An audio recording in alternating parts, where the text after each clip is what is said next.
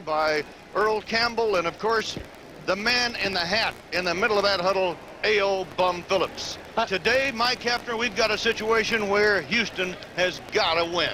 There's no doubt about it. When you're in the division with the Pittsburgh Steelers, you've got to win on every Sunday, whether you're playing the Steelers or not. And this is going to be a very tough game because the Kansas City Chiefs, the very young club, came alive last week, really whomped on a good Oakland Raider team. And so the Oilers better come into this one feeling like they're going to be in for a battle. Well, we have the Kansas City Chiefs in white, and they are wearing white jerseys at home this year. They will be kicking off. The Houston Oilers are going to send back Carl Roaches, 85, Jeff Groth, 81, and Nick Lowry will do the kicking for the Kansas City Chiefs. Of course, we've got a double Kansas City-Houston story going on, Mike. The Kansas City Royals, who are next door here to Big Arrowhead Stadium, have won the American League pennant and will either play Philadelphia or the Houston Astros in the World Series. And of course, the World Series will come to you on NBC. Oh, it's going to be a great one. I love to watch George Brett swing the bat. Oh, he's something. New York fans won't like to hear that. But... All right, Nick Lowry, who succeeded a legend here, Jan Stenerud, is kicking off. Almost 75,000 people are here today. Back into the end zone, but Carl Roach is out of Texas A&M. Let's watch his return. He is nailed inside the 15 by number 83, Mike Williams. Mike Williams from the University of New Mexico. All right, in the Houston backfield, Ken Stabler, Tim Wilson. He'll do the blocking for Earl Campbell. Campbell you know about.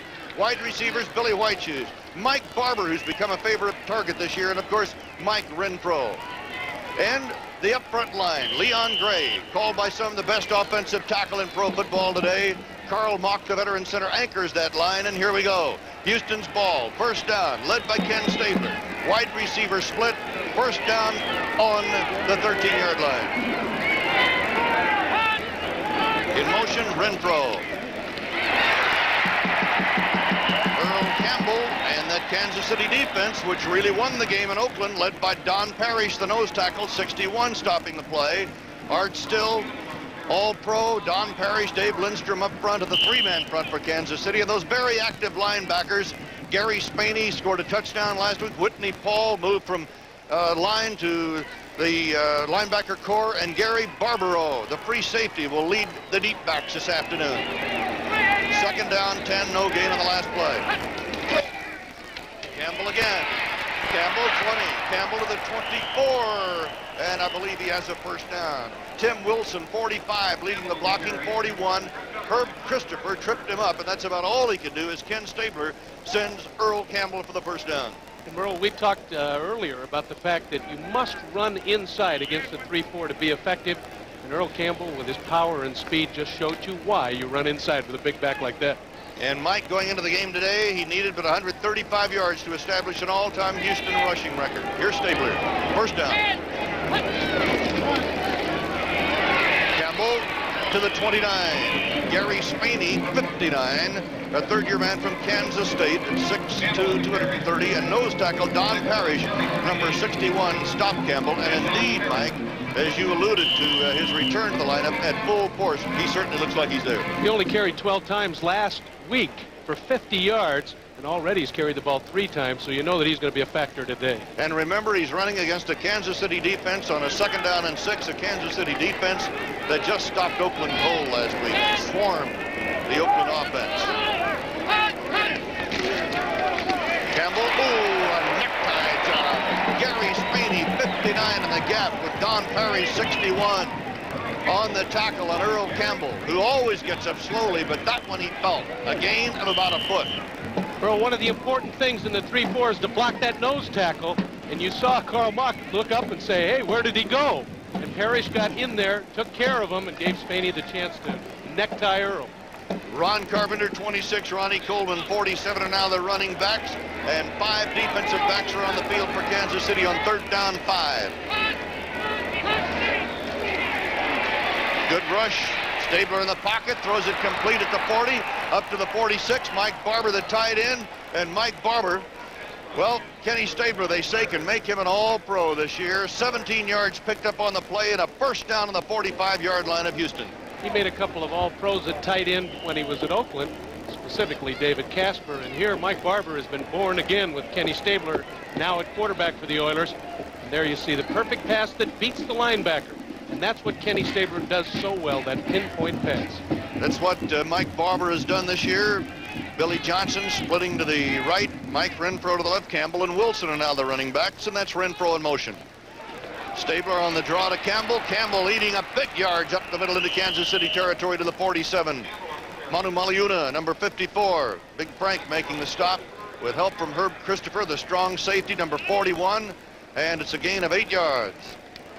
We talked about Carl Mock being the important man in the running play. Here's the draw, and Mock has got to block Parrish. This time he doesn't get fooled, ties him up, and that leaves Earl Campbell that hole to pick on the inside against the 3-4, and he gained big yardage. Second down 2. Ken Stabler, most accurate thrower in the history of the NFL at 60%. Second down call. Campbell again, first down. Campbell up the middle, down to the 40, down to the 38. Manu Maliuna, number 54, and Art Still, 67, making the stop on Earl Campbell. And Mike, it looks as though Campbell is very intent on setting that new Oiler rushing record this year, and he would please no one more than this man right here, Bum Phillips. No doubt about that. You need the big guy in the backfield. If Kenny Stabler is to be effective, he has to mix the run with the pass. And without Earl, as he had last week, he had to throw 50 times, and he got intercepted 5 times. 32 yards on the ground already for Earl Campbell. Stabler, first and 10, 39 of Kansas City. The first man finally gets the call, and that's Tim Wilson, the fullback, number 45. He's usually the blocker. Art Still, 67, stops him after he picks up short yardage inside the 35 and the 34. He got 4. It'll be second down and 6. Tim Wilson, in fact, he could be the subject of a trivia question. Art Still, 67, no trivia there. This guy was a second draft selection behind Campbell when he came out of Kentucky 3 years ago. You know, Kenny Stabler did an interesting thing there. He gave Wilson the ball to pat him on the back for the nice blocks he's been making for Earl in this drive. Not a bad thing to do for a blocker. Let him know you appreciate it. Second down. Campbell, Wilson in front of him, plays the block. Look at him shoot through that little gap. Down to the 26-yard line. Mike Barber, 86, the tight end, also blocking for him. And Whitney Paul, 53, the right outside linebacker, came up with a tackle, and it's another first down. See what Kenny Stabler did? He's no dummy. There's the good block by Barber inside to shield off so they can run the sweep. And then you'll see Wilson out in front. There he is. He gave him the ball. Now this time Wilson's got a block for the big guy, Campbell. And it just makes it that much easier if he's carried it once for Kenny. Big Mike Barber, 5-year veteran, Louisiana Tech, 6'3" and 235 pounds. First down, Houston. Campbell inside the 25, bouncing near the 23, and Gary Spaney, 59, the right inside linebacker out of Kansas State, makes the stop. Campbell chewing up the yardage, is up near the 50 mark already in 8 carries.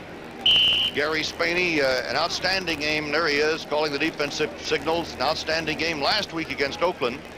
He had a 16-yard touchdown. He led the team in tackles the last 2 years, and here's what Campbell has done last week. Carpenter is in for Wilson in the backfield. Second down, 7. It's Renfro in motion. Campbell again through the middle. Down to the 21. Whitney Paul, 53, the linebacker, making the stop, and Carl Mock, the veteran center, in his 13th year out of SIU, number 55, again opening the hole right up the middle for Campbell, and it'll be third down at about 4.5.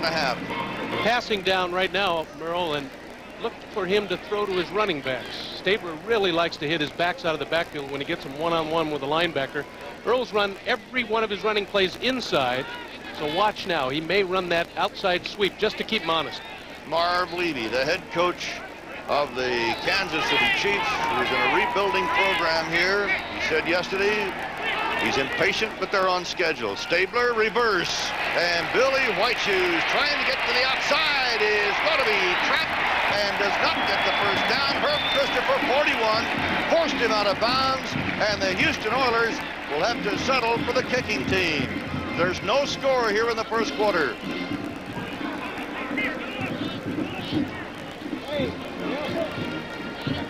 This is Merle Harmon with Mike Hafner at Arrowhead Stadium in Kansas City, welcoming those of you who have been following the Pittsburgh Steelers Cincinnati Bengal game this afternoon. Final score on that one, of course, Cincinnati 17 and Pittsburgh 16. A very large upset in that one, Mike Hafner. And here in Kansas City, the Oilers have a 4th down coming up, 8 yards to go. The field goal unit is on. Tony Fritsch will kick one from the 31, making it a 41-yard effort.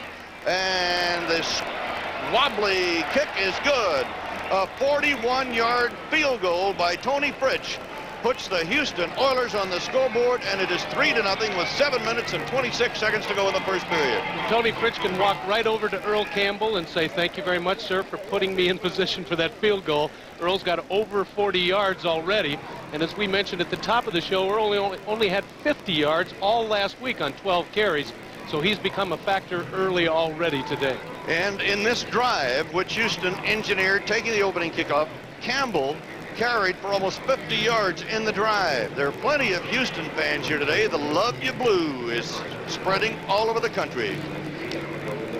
So now, Tony Fritsch will be kicking off to the Kansas City Chiefs with 7 minutes, 26 seconds left to go in the first quarter. The Chiefs won their first game of the year last week at Oakland, defeating the Raiders 31-17. Houston lost to Pittsburgh 31-17 in the opener, then beat Cleveland, Baltimore, and Cincinnati. Then last week upset by the Seattle Seahawks 26-7. Carlos Carlson is back deep. Carson in the end zone will run it out. The 10, 15, up the sideline, forced out of bounds, somewhere around the 23 by Darrell Hunt, a linebacker on the specialty teams. Kansas City will get the ball for the first time this afternoon, and Steve Fuller will be at quarterback, and look for Ted McKnight this afternoon. All right, the wide receivers. Henry Marshall, a favorite, University of Missouri. J.T. Smith has been very effective, though. The offensive line toughening up, led by Jack Rudnay, number 58, who is back after being on the injured list. He played last week against Oakland and was given much credit for inspiring this Kansas City offense to that 31-17 win. Mike Fuller out at Clemson at quarterback. McKnight 22, Reed 32 of the running backs in the eye. Tailback Tony Reed out of Colorado up to the 25-yard line. Tony in his 4th year. Art Stringer 56, the linebacker, making the stop. Andy Doris, Ken Kennard is now the nose tackle for the Houston Oilers. Jesse Baker, big play man, rookie of the year last year, will anchor the right side. The linebackers, Robert Brazil, keep an eye on him, number 52, plays the right outside. And in the secondary, Vernon Perry, 32, strong safety, a big play man. 2nd down, 7. Draw to McKnight. McKnight hits the left side, getting a block by Herkenhoff. And Baker, 75, brings him down for the Houston Oilers after he got a couple of yards. It'll be 3rd down and 5. There's no doubt the Kansas City Chiefs can run the football. We've seen them do that for the last couple of years.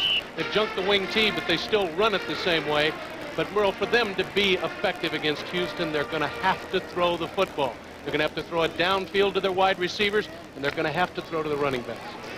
Mike Senserud has come out of the lineup, and Houston has employed 5 defensive backs now. 3rd down for Kansas City. Fuller going upstairs, incomplete, intended for Henry Marshall, number 89. And the coverage by Robert Brazil, 52.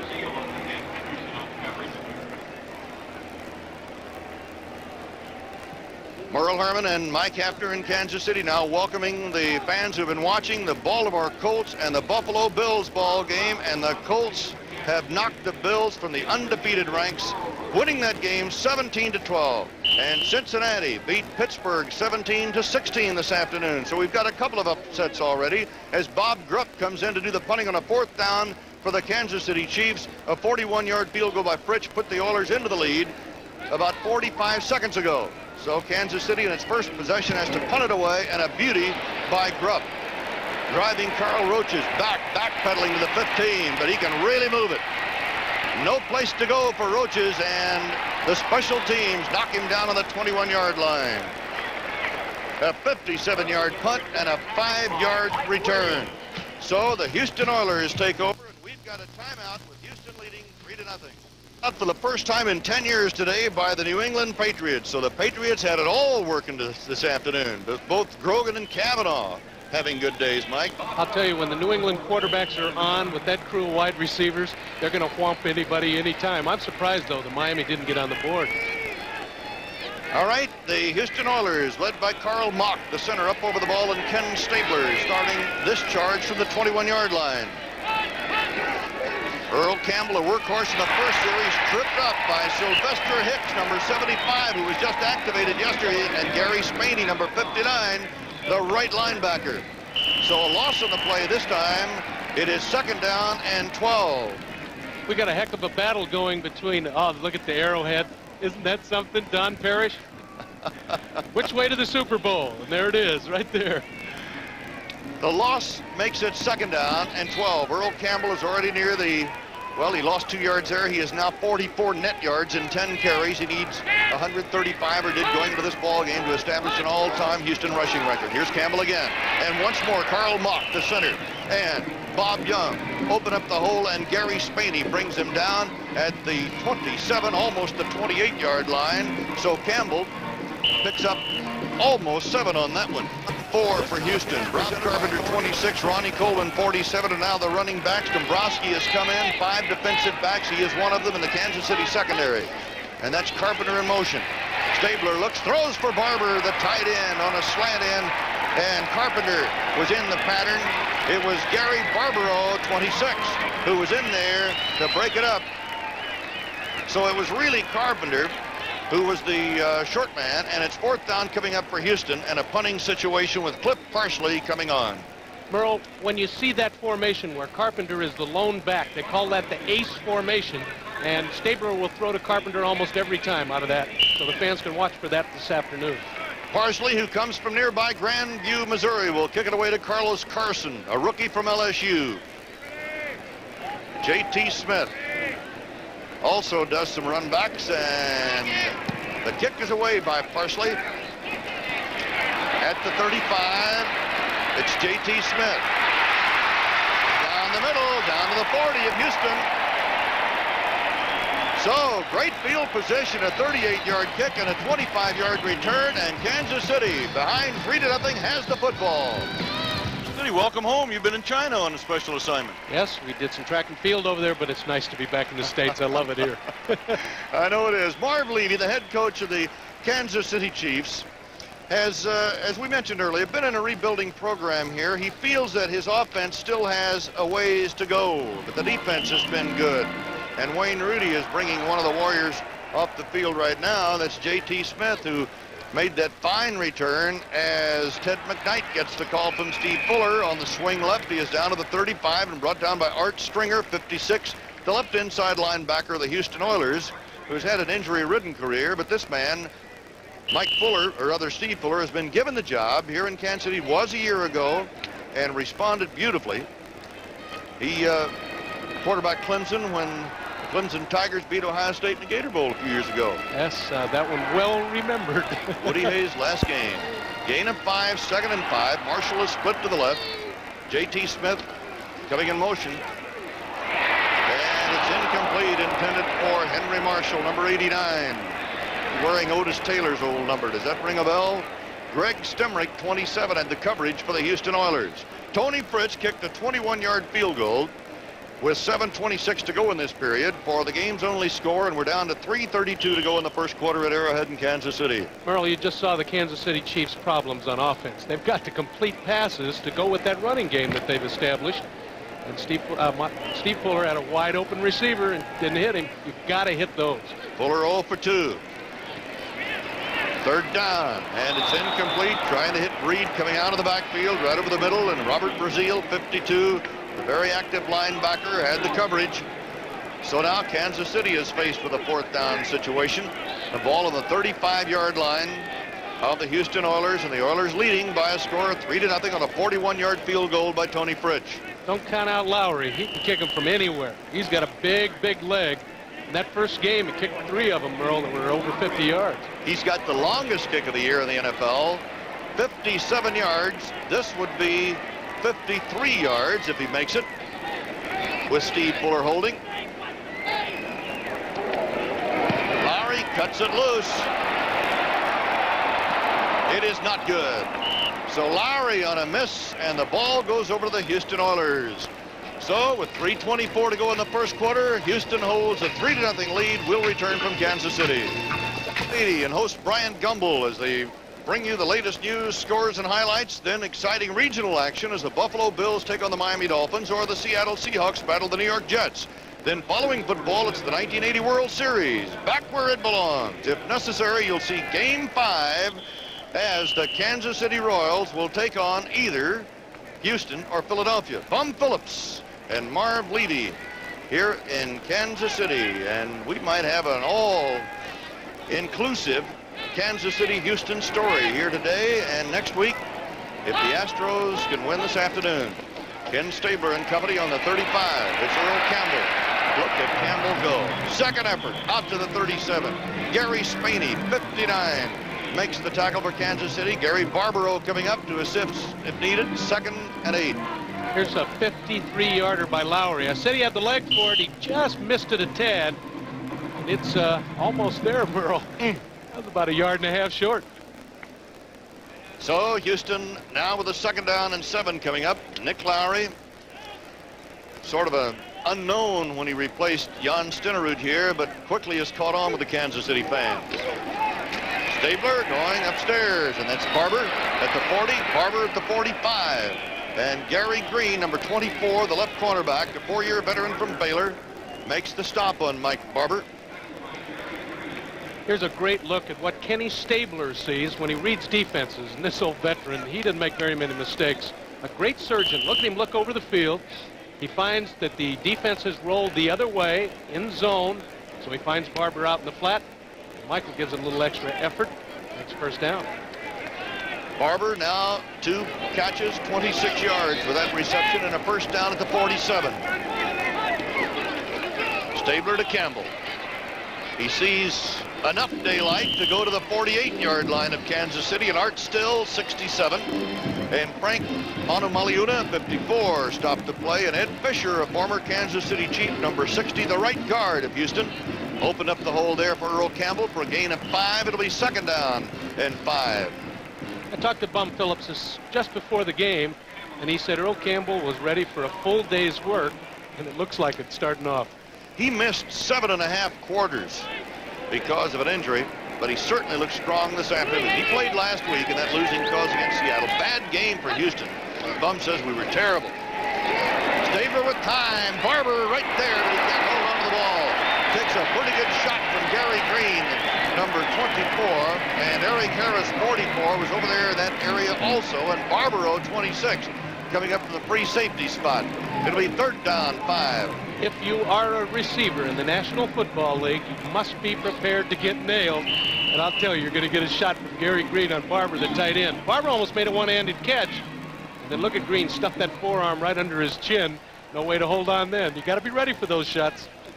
3rd down, 5 for Houston. Rob Carpenter, 26, comes into the backfield, which means that he might be a target, along with Ronnie Coleman, 47. Stabler likes to throw to the backs on 3rd down. Flag down. Stabler, and it is Ronnie Coleman out of the backfield, down to the 35-yard line. Paul Dombrowski, 46, was there on the tackle. Gain of 13 yards if it holds. Well, I think the Kansas City Chiefs front three were trying to get an edge on the pass rush. They knew that Stabler was going to throw. I think they jumped a little bit, unless they were drawn offside. Referee Bob McElwee consulting with his staff, and here they are. Al Conway, the umpire from nearby Liberty, Missouri. All right. Penalty declined. Houston will... In fact, we had offsetting penalties, I believe. A little trouble with our communication system with Bob McElwee. And so we still have a 3rd down situation. And Rob Carpenter, 26, who had gone to the bench, is right back. Marv Levy, who has a master's degree from Harvard, graduated with honors, Phi Beta Kappa, brilliant football coach and tactician, started at Coe College in Iowa. 3rd down and 5, will run the play over. Mike Renfro, 82, splits to the right. 84, Billy Johnson splits to the left. But watch the running backs as they double slot. Stabler with some time. There's Rich Castor, his other tight end, all the way down to the 37-yard line. Thomas Howard, 52, had the coverage on the play. It's a gain of 11 and a first down as Rich Castor, the former Jet, takes it for a first down. Here's the backup tight end, and what a great player to have as a backup. It's a crossing pattern against the zone, Merle, and you cannot give Kenny Stabler 5 seconds to throw the ball. He's going to find somebody open, and Castor was wide open. He threw it a little behind him. Might have given Rich a chance to run for even more, but the surgeon will kill you if you give him 5. A minute, 15 seconds to go in the first quarter. Houston on a 41-yard field goal by Tony Fritz, leading Kansas City 3-0. First down, Houston. Stabler going long this time, and it's Mike Renfro, incomplete. Eric Harris deflecting the ball, and Barbaro picking it up. It is, let's see if the completion holds. Whitney Paul had the rush, putting the pressure on with 55 seconds to go, and it is Barbaro and Kansas City's ball. Timeout. Kansas City behind by 3. Stabler cannot throw long, Mike. Well, he threw it long, but the problem was that Kansas City was in perfect coverage. He tries to go deep to White Shoes. There the ball is tipped up in the air by Eric Harris, and now you know why they call him a free safety. He's free, so he can go to the ball. Barbaro's standing right there, pops right into his chest. The old tip drill. And he just barely got that foot inside or kept it inside. Bum Phillips and his staff on the sideline. Bum's no doubt thinking about, hey, we got to put our act together. We can't afford to lose any more ball games, not in the division we're in. Fuller 0 for 3 as a passer, splits his running backs. First down, Kansas City, and it is Tony Reed. Reed cuts it back to the 22, and down he goes. Ted Washington, 59, the linebacker from Mississippi Valley, putting the stop on Tony Reed. Both sharp coaches, Merle, they know they can't get outside against those 3-4 sets because those linebackers are as fast as I used to be as a wide receiver. They all run 4.6 or better, and if you're going to run outside, you're going to have 4 linebackers standing on your toes. Those linebackers are a little bigger today than they were when you were playing 2. That's true. Second down 8. Kansas City trailing 3-0. 18 seconds to go in the first quarter. Tony Reed again, getting a block up across the 30. A first down near the 33. So Tony Reed got a little better than 10 yards. Bob Simmons, 73, opening the hole for him. Mike Reinfeldt, 37, the weak safety, on the stop for Houston. Greg Bingham, the inside linebacker, they try to channel all the running towards the inside linebackers. Look at Al Dixon, the tight end. He's not giving up on Bingham. And the reason that Tony got all the yardage was because of the great block. And we have reached the end of the first quarter here in Kansas City and Houston on a Fritz field goal of 41, leading by 3-0, and we'll return. Merle Herman and Mike Hafner with you, and it's, for all practical purposes, a sellout. The crowd way up into the high 70s, and we thank you so much for the hospitality here at Arrowhead. And just a few hundred yards away next weekend, NBC's cameras will be over in Royal Stadium to bring you the Royals part of the World Series. The opponent still to be determined. Kansas City's ball now going west from the 33, and Fuller on a bootleg is going to be nailed just about at the line of scrimmage by Robert Brazil, 52, the 6-year veteran linebacker from Jackson State, who has tremendous pursuit. He has great speed, and there was that bootleg play, and he didn't give up. Caught the quarterback from behind. And I remember the good old days when quarterbacks could outrun linebackers with their eyes closed, 1 foot tied behind them. But not anymore. They have the great speed. Fuller trying to set up the pass or run option, and Brazil stops that option very quickly. And now 5 defensive backs for Houston on the field to go against Steve Fuller. It is second down 10. Fuller's going to run it. Diving to the 40 and getting about 7 yards as he is covered by Vernon Perry, number 32. A second-year man from Jackson State who played collegiate football with some pretty good company. Robert Brazil, his teammate and linebacker, and a guy named Walter Payton. There's a couple of good guys. You made a good point, Merle, on second down and long. O.A. Bum Phillips says, let's go to the nickel defense right now. He's going to play pass every time they come up second and long.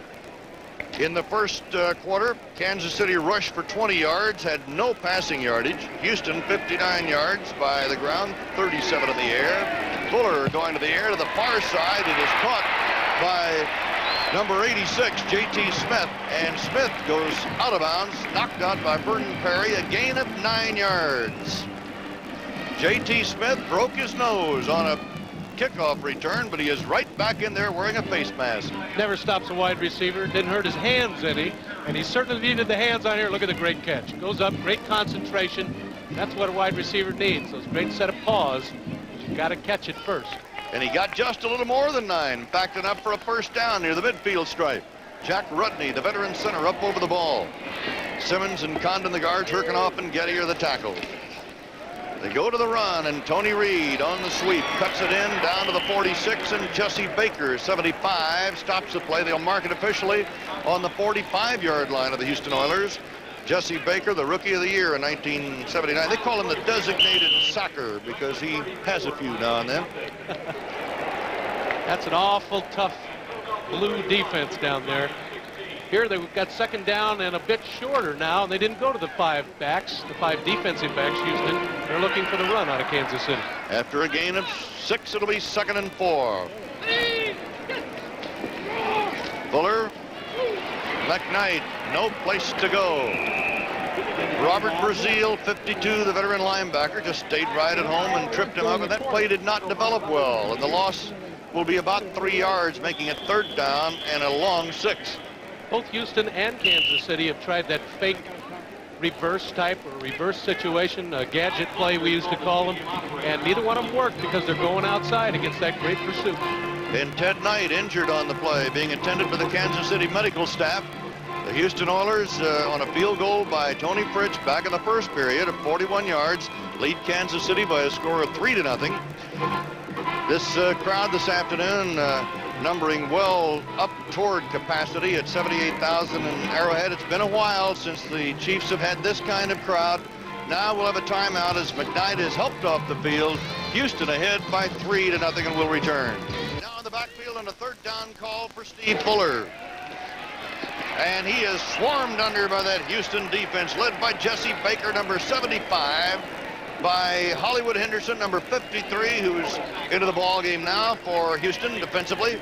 And the loss brings up a 4th down and very long. It'll be 4th down and 12, and Bob Grupp will be coming in to do the punting. Another look at it, and Hollywood Henderson has apparently taken over that nickel defense linebacker spot. And this is his last chance, I've got a feeling, Merle.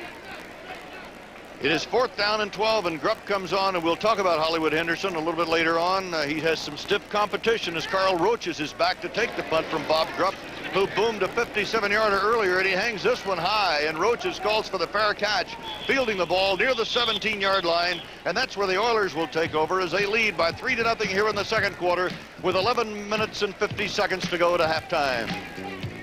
Nothing over Kansas City in the second quarter. The Chiefs have lost cornerback M.L. Carter, who's out with a hamstring, and Paul Dombrowski, 46, a free safety, playing with a broken nose and a mask this afternoon. And now J.T. Smith, the wide receiver of Kansas City, a broken nose and a mask. But Ken Stabler is solid, and so is Earl Campbell, bouncing off a blocker and going nowhere as Manu Maliuna, 54, the linebacker, was right there to meet him. I like the way you handle that Hawaiian name. You got it down, huh? You know, interesting point, Merle. In each of the initial drives, Earl Campbell has been slammed on the first down running play. But yet he's over the 50-yard mark already, and I think it takes him one play to get cranked up and the adrenaline flowing, and then he just runs wild. That 1 yard now gives him a net of 60. And so it is 2nd down and 9, slot right for Houston. Campbell behind Wilson. Tim leading the block, and Campbell playing the block for 3 or 4, and Herb Christopher, 41, the strong safety, and Gary Spaney, 59, the right inside linebacker, up there to make the stop for Kansas City. So Campbell keeps chugging away. Earl now over the 60 mark. If he hits 135 yards today, he will establish an all-time Houston rushing record, formerly held, or now held, by one Hoyle Granger. Granger was a great fullback in his day. And he was, well, he wasn't that big, but he was tough, wasn't he? Also had a quarterback named George Blanda who gave him the ball quite often. Carpenter, 26. Coleman, 47 are now in. Passing down. 2 men out of the backfield that Stabler likes to throw to. 3rd down, 5. That's Ronnie Coleman. And Coleman Up across the 35 to the 37. Paul Dombrowski, 46, gets him out of bounds, but it's another first down, Houston. Anytime that Carpenter and Colvin in the backfield, you can almost bet that Kenny Stabler is going to go one or the other unless he picks on Mike Barber, his tight end. A 14-yard pickup and a first down. It's a good observation, Merle. In that third down situation, passing down, he's going to run one back to one side, one back to the other, and the tight end up the middle. Then he'll read the coverage and pick out the open man, and he's excellent at that. Earl Campbell back in now. First and 10 Oilers. They lead 3-0. It is Campbell. Campbell hits the left side to the 43, where Herb Christopher, 41, the strong safety from Morris Brown College, makes the stop. Campbell gets up so slowly. When Campbell first joined the Oilers, after each tackle, the Oiler fans in Houston particularly were saying, oh no, he's hurt. Earl's okay. Gain of 5, second and 5. Conserve your energy. It doesn't help you to bounce up and run back to the huddle. You can't get any yards that way. Campbell now at 70 yards for 16 carries. Second down, 5, Houston. Stabler to Campbell. Breaks a tackle behind the line. And Gary Spaney, 59. Dino Mangiero, number 74, the nose tackle of Kansas City. Finally stop him. He got about a yard. It'll be third down and 4. Dino Mangiero, rookie from Rutgers, number 74, has played well. David Carter has come in, and Bob Young has gone out at left guard now for Houston. Carter, they call him Mock Jr. They're inseparable. Now they're playing side by side. Third down. Campbell still in the backfield. In motion, Wilson.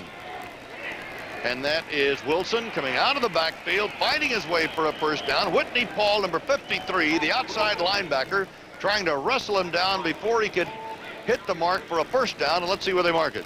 Ooh, that's going to be close, Merle. Very close. And the chains are on that side, so they'll know right away whether it's first down or not. And it's not. By that much. So it's fourth down, Houston. The Oilers lead 3-0 on a 41-yard field goal in the first period by Tony Fritsch. Interesting call here by Bum. I don't see any punt team rolling out on the field. But when you got an Earl Campbell and you only need about 4 inches, you got to go for it. What the heck? Bob Young, 63, is back in. David Carter goes out at left guard. This is what Stabler has done today. 55 yards in the air, 1 interception. Barber and Castor are in that huddle now as the double tight end offense comes on.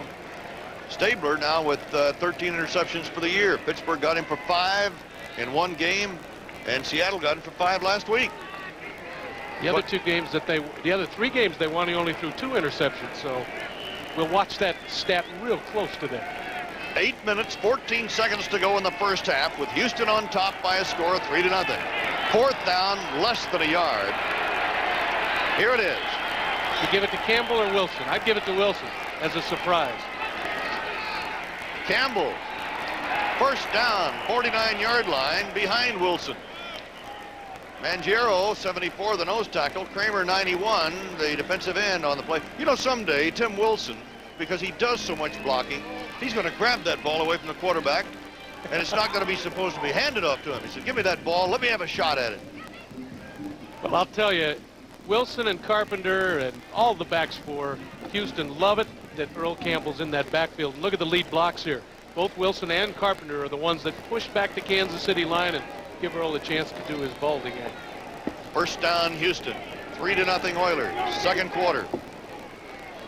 Campbell, no hole, tries to get his own. Look at that Kansas City defense swarm on him. Led by Thomas Henderson, 52, the outside linebacker.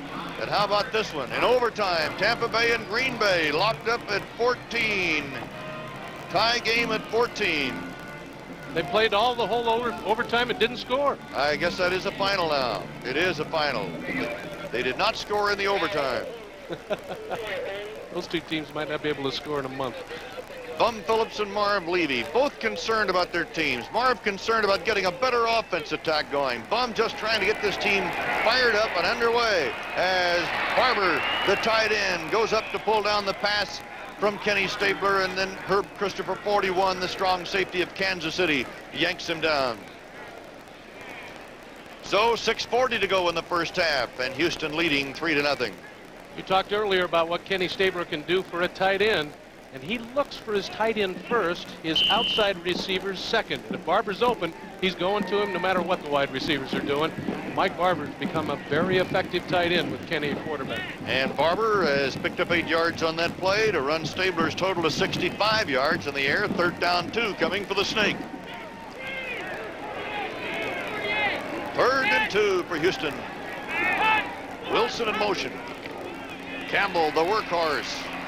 And Earl is down inside the 40 for a first down, getting 5 down to the 38. Mangiero, 74, the nose tackle, having to take Campbell on. Campbell is 5'11", 224 pounds. Mangiero is 6'2" and 265. Earl doesn't give away very much. First down, Houston. Kansas City, 2 first downs. Houston 9. 76 yards for Campbell as he closes in on the all-time Houston rushing record held by Hoyle Granger. Talking about a career record now. The fake pitch and the give to Wilson, and he is inside the 35 to the 34.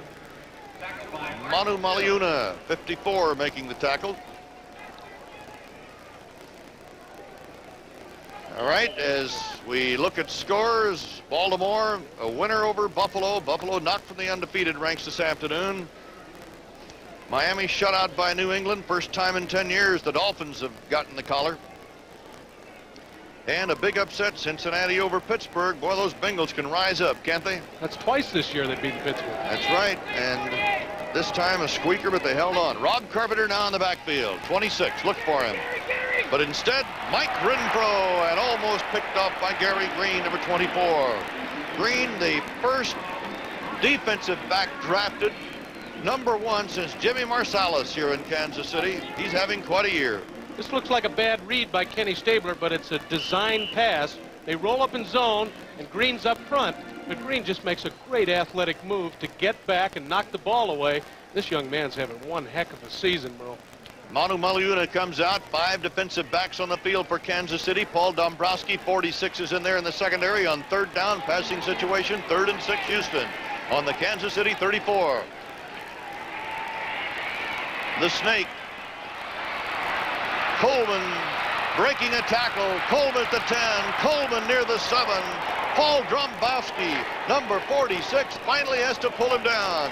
Ronnie Coleman picking up 28 yards as again Stabler goes to his running backs. Kenny Stabler can find the open man. When he reads that defense and gets time, the Snake always picks out the open receiver. And Coleman in this situation, first of all, makes an outstanding catch. Now watch the great athletic moves to stay on balance. Here he's about to go down, shakes and bakes, puts his hand down to keep the balance. And I'll tell you, he's hard to bring down. You've got to have more than one guy. Did you see Billy White Shoes Johnson down there trying to knock that last defender out of the way? First down goal to go for Houston on the 7. Like to see those wide receivers block. I know you did too when you were playing. Yes, sir. First and goal. Wilson motion right. This is Campbell. Inside the 5 to the 3. Gary Spaney, 59, making the stop is Ed Fisher, the former Kansas City Chief, who was waived by Kansas City. Number 60, picked up by Houston. Applying the block, and Earl Campbell rolls on the ground today, and there's no doubt about that he is back at full strength. 2nd down goal. If they put a wingman in motion, then look for Earl Campbell to run to the side of motion. They like to make the linebacker think about that motion man and then run Earl right at him, and he doesn't have time to think about making the tackle then. Barber and Castor are in now. Double tight ends. Full house backfield now. In motion goes Carpenter. And Campbell heading for the corner, and he's got it at the flag. Touchdown, Earl Campbell. And Houston goes up 9-0 now. Gee, I called it. They put him in motion, and Earl runs outside and scores. I love it. Every once in a while I'm right, Earl. You got the playbook right here. You wrote it for Bum Phillips this week. That's it. He said, Mike Hefner, what do you think we ought to do? And this is what you do. Give the ball to Earl. Full house backfield, Carpenter in motion, Tim Wilson leading. And all Earl does is read the block. Does he take him inside? If he does, he goes outside, as he did. If they take him outside, he breaks back in and probably scores either way. Earl Campbell something. 2:56 to play now in the first half as Houston with Fritsch and Nielsen holding. Gifford puts it down and Fritsch lets it go. And Houston has built the lead to 10 as Campbell has rushed for 83 yards here in the first half, and Houston leads 10-0. Championship. Soupy sales and custard pie throwing and the hottest thing on wheels. Skateboard fever strikes. All this and more this Thursday on Games People Play. Be sure to watch. Stay away from Soupy sales. He knows what those custard pies are about. 83-yard drive for the touchdown by Houston, the longest of the year, as Carson will return the Fritsch kickoff, but he nails it on the 8, tries to get to the outside, and is rustled down by number 81, Jeff Groth, the wide receiver who can match Carson speed-wise, and he pulls him down. You put the special teamers with the speed on the outside to cover that outside move, and Groth, the wide receiver with the good speed, kept him from breaking a long one. We may have to do that one again. I think Houston was offside. Flag was thrown way back up the field at the kickoff. Bob McElway says, okay, bring it back and we'll try it again. That is, if Kansas City elects to take the option here of making Houston kick off again. Carson is all cranked up and ready to pop the afterburner if Fritsch kicks it to him. Houston leading 10-0. 35-year-old soccer kicker bangs it downfield, and it will be taken on the 18 by Horace Belton, number 35, and Belton gets it out to the 35-yard line. And it was Darrell Hunt, who was offside a moment ago, who came down to make the tackle for the Houston Oilers, and Kansas City really did not get the field position they were looking for out of that. They still got about 15 more yards, though, Merle, and that's a lot better than being on the 20. Sure is, with 2 minutes and 40 seconds left to play in the first half. Houston on a first quarter field goal by Fritsch of 41 yards and an Earl Campbell touchdown run of 4 yards, leading by a score of 10-0. Bill Jackson, Mike, you send the dollars. Yeah, I'll send the dollars. Steve Fuller swings it on a screen to Tony Reed. And Reed fighting to the 39-yard line. Getting short yardage, about 4 would be the total. Ted Washington, 59, linebacker on the tackle. Tony Reed is out of Colorado. He missed 5 games last year, but he required no knee surgery. He was able to rehabilitate. He's thankful for that. Be interesting to see how young Steve Fuller handles the 2-minute offense. We know what Stabrook can do. We've seen him do it. Curly Culp is now playing the nose tackle for Houston. Fuller throwing as he was going down, and Brazil, 52. Robert there for the tackle, and we were looking to see if there was a receiver somewhere. I think they're going to call in the grasp of a defensive lineman, and he blew the whistle before he threw the ball. That's exactly what it was, Merle. It's a quarterback sack. And we're at the 2-minute mark with 1:58 seconds to go in the first half here in Houston. Rather, here in Kansas City. Houston leading Kansas City by a score of 10-0. We'll be back in a moment with the final 2 minutes. Steve Fuller at 6'4", 198 pounds, a pretty good running quarterback. But right now, Kansas City's got a lot of ground to cover with 1:58 seconds to go in the first half. Tough on a youngster to run the 2-minute drill, no matter if you're a great quarterback or not. Slot left Kansas City. Fuller with some time throws it back over the middle to Tony Reed coming out of the backfield. He's going up to the 48-yard line. First down. And a timeout called by Kansas City after a gain of 18 yards. Tony Reed taking that pass. Sent all of his receivers deep. Houston has got to cover it. Then both backs circling out of the backfield. And Tony Reed can hurt people. I'll tell you, he's a tough runner and especially strong downstairs. Henderson takes him high, and looks like somebody rolled over on him. Kansas City, first down, 1:48 to go in the first half, and the Chiefs are down by 10. Fuller breaks a tackle. Being pursued and gets that pass away, but it's incomplete. And 5 defensive backs on the field for Houston. It is dumped out to James Hadnot, and the fullback goes to midfield for a gain of 2. It'll be 3rd down and 8 coming up. Mike Hafner, it's still the experience, particularly in the 2-minute drill. That's something that even a good arm won't cure all the time. Got to have that experience. You've got to see it over and over again so you get the quick Defense won that game for us, no doubt about it. 3rd down 8, Kansas City.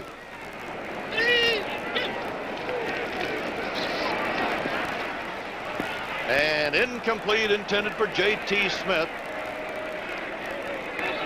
J.T. covered by J.C. Wilson, number 33, the left cornerback. And it's 4th down, Kansas City, and 8. That was a bad read. Coaches. Not too much height on that one, but maybe a good roll. Let's see what the ball does. Out of bounds, inside the 20 at about the 18. So Kenny Stabler with 1:17 will now have a chance to work his magic. Now we'll see the master. He can run the 2-minute offense as well as any other play. We had a flag dropped, and Marv Levy says, come on back. Maybe it's going to be in our favor, and apparently it is as the crowd reacts. A 33-yard punt. Conservative will go up top. We'll see.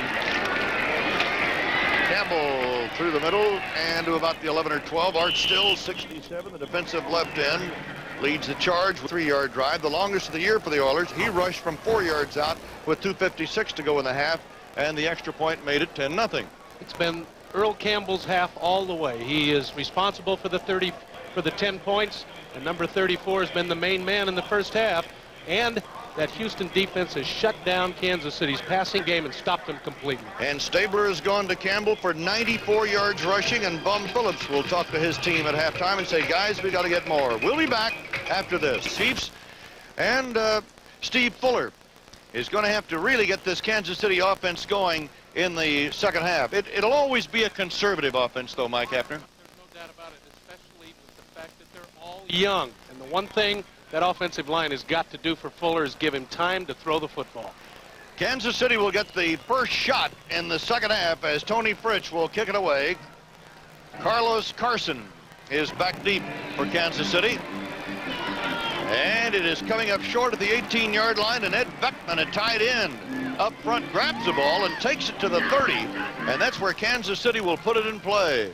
As Adger Armstrong was there to make the tackle, Tony Fritsch kicking it short. Looking at the game statistically in the first half, dominated by the Oilers, total yards 190 to Kansas City 69, and of the 99 yards rushing, Earl Campbell has 94 of that for the Houston Oilers. And look at the possession time. Mike, you got to have the football. When you're running the football like Earl Campbell does at 21:57, tells the story. Kansas City's ball in its own 30. Steve Fuller going to the running game. Tony Reed trying to get to the outside, cannot do it, is knocked down at the line of scrimmage, or maybe a yard short of that. Greg Bingham, number 54, number 4 draft choice in 1973 for the Houston Oilers, making the tackle. One of the things you can't do against the 3-4 is run outside, and it's not only the linebackers, but J.C. Wilson, the cornerback, comes up and also forces, and it stops Reed for a loss. All right, Kansas City is going to make some switches with the offense. J.T. Smith, Mike Williams, Carlos Carson, Ed Beckman. Ed Beckman has come out, and it's going to be Carson split wide to the left. Second down, 11. And it is complete to Carlos Carson, and Wilson checked that. J.T. Smith, 86, made the reception.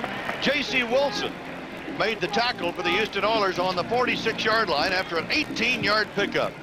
J.C., number 33 for Houston. Earl, you pointed out the changes on offense for Kansas City, and right away it clicked in my head that they're going to throw the football, and here's a first down pass, which you don't see Kansas City do very often.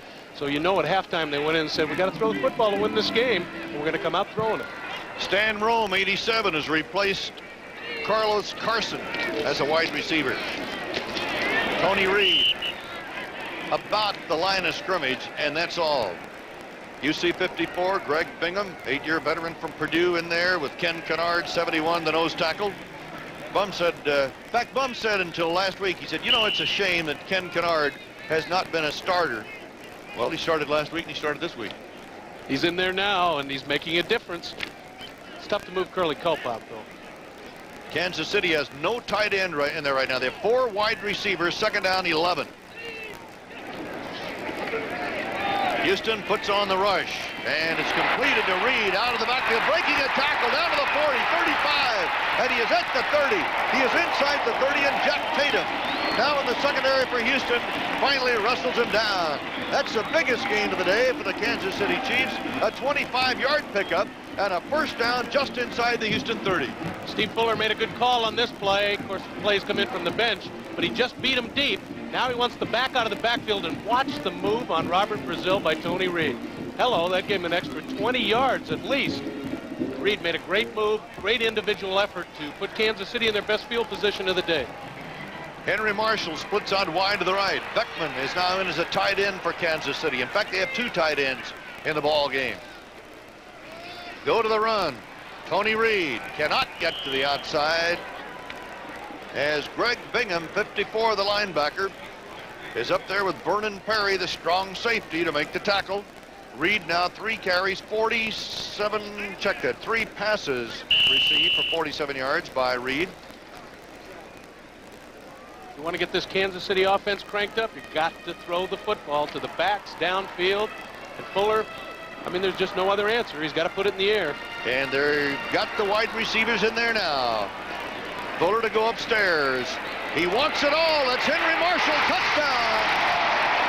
Henry Marshall, the 5-year veteran from Missouri, beat Mike Reinfeldt, number 37, the weak safety, and a 31-yard touchdown pass puts Kansas City on the scoreboard for the first time today.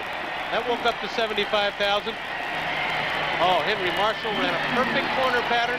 Mike Reinfeldt has that deep third of the field, Merle, and he didn't rotate quickly enough in the zone.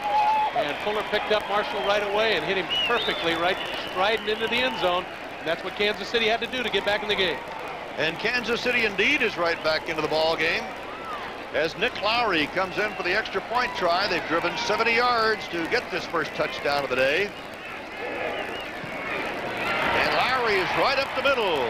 So we're 11 minutes and 28 seconds away from the end of the third quarter. Kansas City starting early, getting on the scoreboard, leading 10-7, and we'll return in a moment.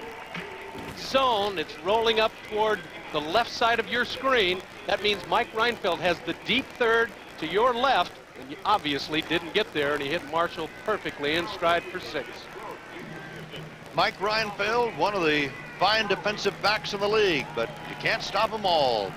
Not when their run as perfectly as that one. Nick Lowry to kick off. Roaches is deep, and this is Roaches, but the ball goes right by him out of the end zone. There'll be no run back, of course, and Houston will have the ball on its own 20-yard line.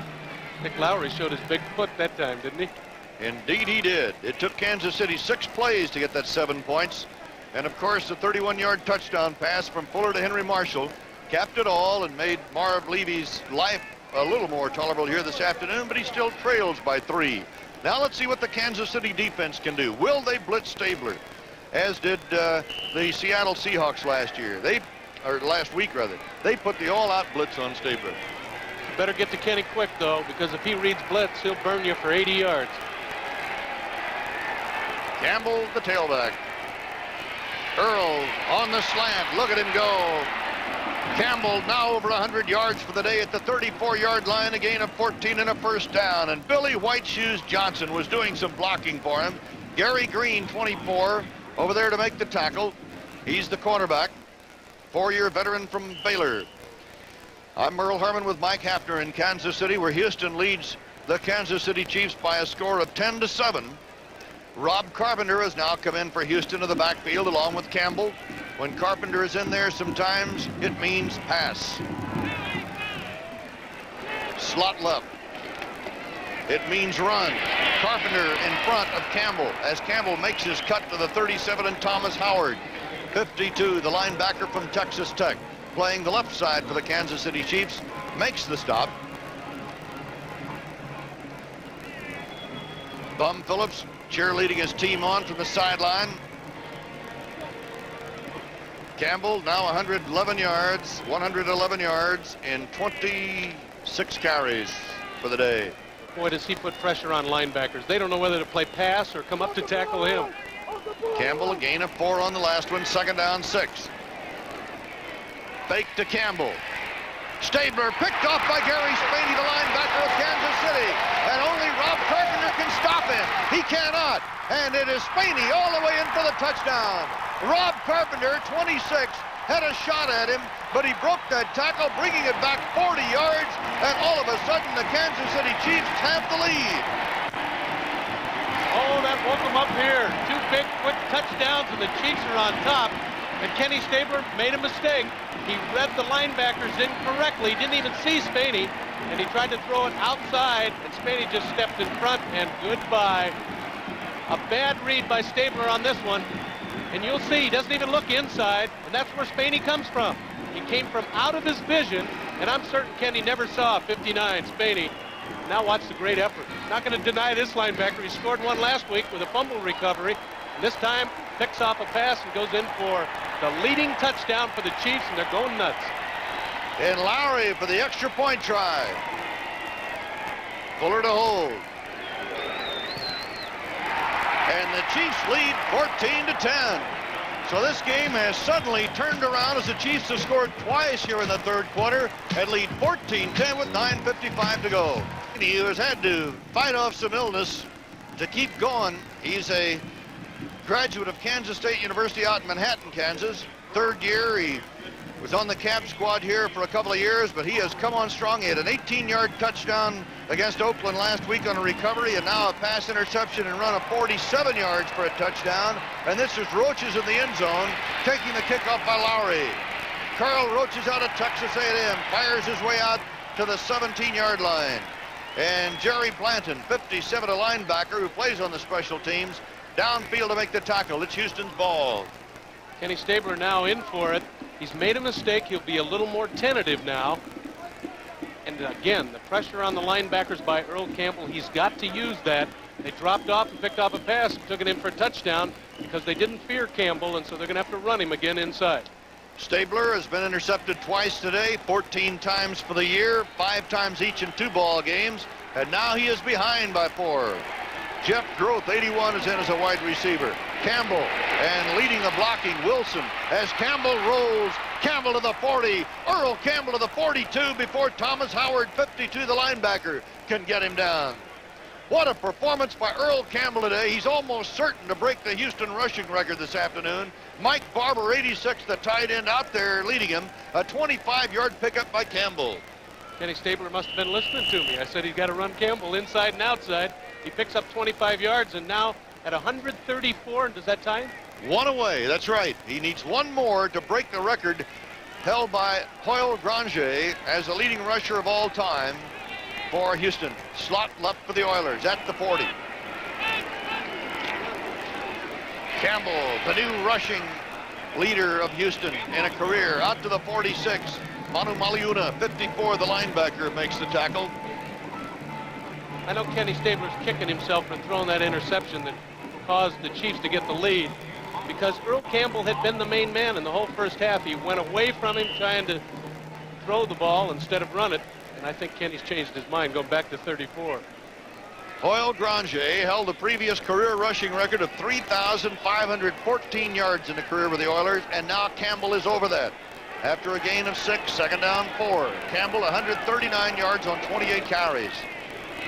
Tim Wilson gets a call, and look at him go for a first down to the 46, and Whitney Paul, 53, the linebacker, and Art Still, 67, the defensive left end, have to bring him down. Leon Gray, 74, opening the hole for Tim Wilson. And I think it's more of a surprise than great blocking.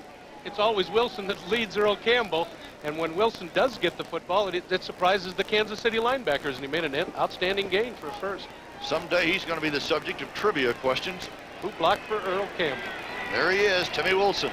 So now the Oilers are on the march, trailing by 4 in the third quarter. Campbell again, hurling his way down to the 42, and Art Still, 67, puts that 6'7", 252-pound frame into him to knock him down.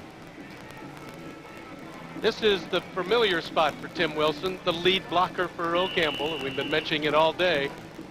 And I'll tell you, they're like Siamese twins, one stuck to the other. Morris Towns, number 76, the offensive right tackle for Houston, really has his work cut out. He's got to block Art Still. A gain of 4, it'll be second down 6. Groth is split to the right. Renfro in the slot. Campbell again. Campbell cuts inside, running low to the turf, and he might have the first down at the 35. Gary Barbaro, number 26, out of Nicholls State, makes the stop. And as usual, Earl Campbell gets up oh so slowly. I suppose Bum Phillips can always read Campbell if he is just, you know, going through his routine and getting up slowly or shaking up a little bit. I think that time he might have been shaken up as Leon Gray points to the sideline and says, hey, maybe you better, that's Leon Gray, 74, maybe you better give Earl a little help. Earl says, I don't need any help. Look at that. 30 carries, 151 yards and a touchdown. That's a week's work for a lot of running backs. We will now have the measurement. Earl Campbell, in his first year, only rolled for 1,697 yards. Last year, 1,450. That's a lot of real estate. First down, Houston. Merle Herman and Mike Hafner with you from Arrowhead Stadium in Kansas City. The sun is out, shining right now for Bum Phillips and his Houston Oilers, who are on a long march. Rob Carpenter, 26, has come into the backfield, and Earl Campbell will go out for the Oilers. After 30 carries, Murley deserves a rest for 3 or 4 minutes, but he'll be back in there. This is a very important drive for Houston to reestablish themselves. Groth, 81, splits to the right. Mike Renfro, 82, is in the slot right for Houston. This is Rob Carpenter, and Carpenter is inside the 30, down to the 27, brought down by Manu Maliuna. Rob Carpenter is a real hard-nosed football player. He's a great athlete. He's out of Miami of Ohio.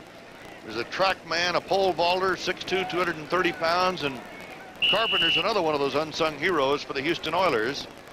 It'll be second down 2 after that pickup of 8. If you're in the running back core for the Houston Oilers, you're always forgotten unless your name's Earl Campbell. Second down 2. Groth goes to the left. Into the slot left is Mike Renfro. Stabler, the snake, at the controls. Still staying with the running game, and Carpenter got very little. Ken Kramer, number 91, out of Ball State, on the defensive line, 6'4", 250, making the stop. Now Earl Campbell comes back in, and we'll also have a switch for Houston at the wide receiver spots as Rich Castor comes in along with Barber. They go double tied in with 3rd down and 1, a gain of 1 on the last play. And in this drive, and it's over 50 yards already, Kenny Stabler has not thrown a pass. He remembers that interception. Just wonder, will he stay on the ground here with 3rd down and 1? Probably, but you never know with the snake. You just never know. It might be the time. That's the motion. It'll be another time. Campbell trying to get to the outside. Here comes the defense, and he is stopped by Gary Barbaro, the free safety who came up. The blocking wasn't there for Campbell, and Barbaro, who's big enough to be a linebacker at 6'4" and 200 pounds plus, came up there to hit him down. Gary Barbaro, number 26, who's been an outstanding defensive performer, and Campbell, particularly on the short yardage, is extremely tough to bring down. He lost 3. I'll tell you, one-on-one, you don't bring Earl Campbell down very often. And look what Barbaro does. He just dives in, takes his legs out from under him. That's a great play to stop him on 3rd and 1. You don't do that to Earl Campbell very often. And almost a late pop by Kansas City. Tony Fritsch is in. Gifford Nielsen will hold from the 36.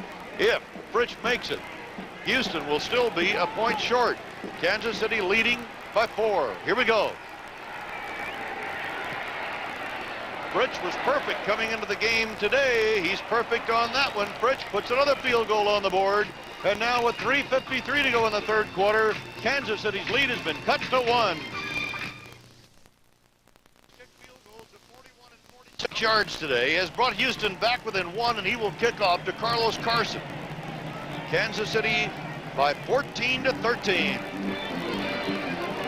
It's Carson on the 10. The wall at the 20. Carson breaks through.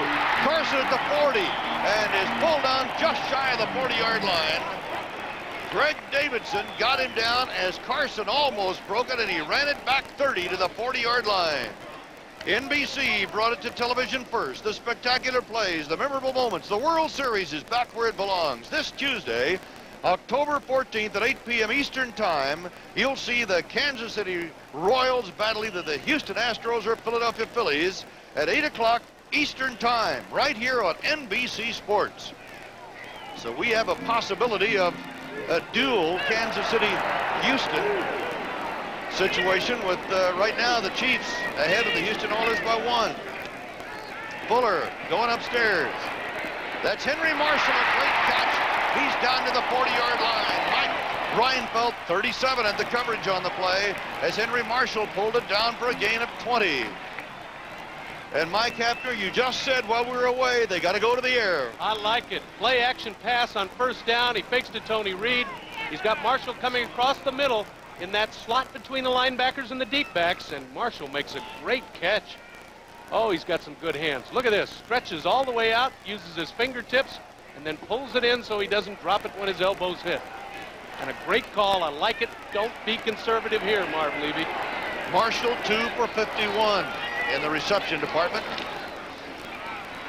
Ted McKnight.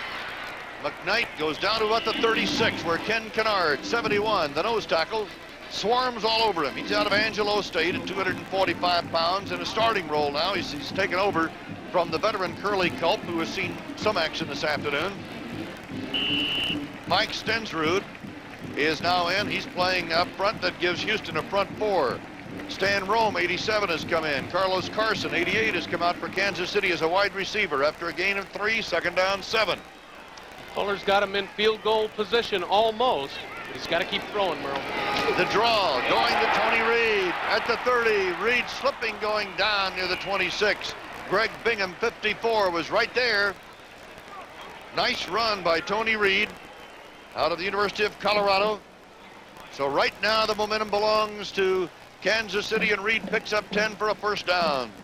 Mike Williams, 83, comes in back in as a tight end now for Kansas City. And if Kansas City can stick a touchdown on Houston, they can put them in an awful hole, Merle. We're almost at the end of the third quarter. J.T. Smith splits to the right. Wide to the left side, Henry Marshall. Kansas City double shifting, now going to the eye. Ted McKnight.